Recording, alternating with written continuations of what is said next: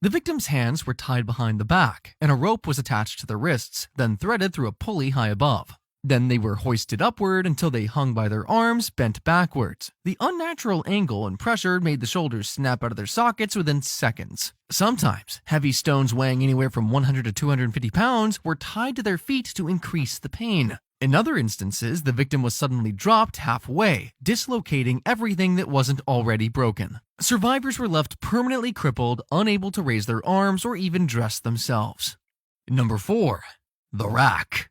Sometimes attributed to Greece or Rome, the rack was mostly used across Europe between the 15th and 17th centuries. This was the go-to punishment for crimes like treason, heresy, and political dissent. And each country in Europe had its own unique version. England and some parts of Europe had what I call the standard rack. It was a large wooden frame with rollers at each end. The prisoner's hands and feet were tied with ropes, which were gradually tightened using a crank or lever. The victim would then be stretched slowly, and what starts as mild discomfort escalates to excruciating pain. Joints are dislocated, ligaments are torn, bones are shattered, and ability to breathe is crushed under the strain.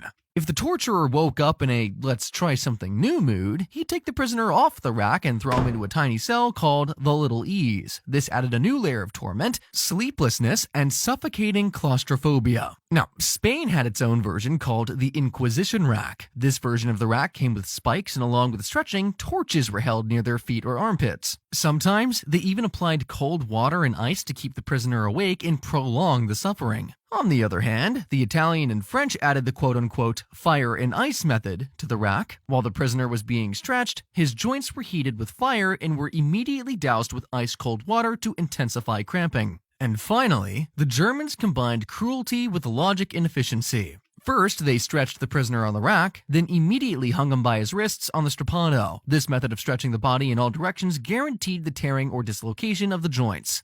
Number 5. The Brazen Bull.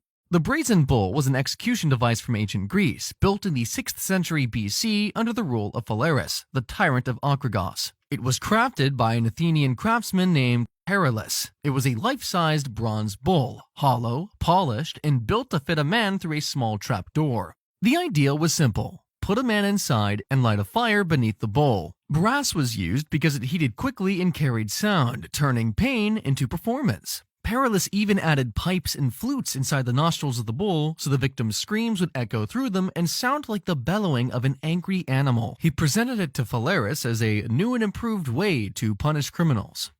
The screams will sound exactly like a bull, my lord.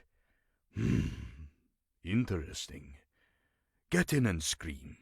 Let me hear the music. My lord? Inside. No. Light the fire! By the way, this really happened. The first test subject of the brazen bull was its own creator. However, he did not die. Satisfied that the sound was accurate, Phalaris ordered the fire put out, had Perillus pulled out alive, and then thrown off a cliff.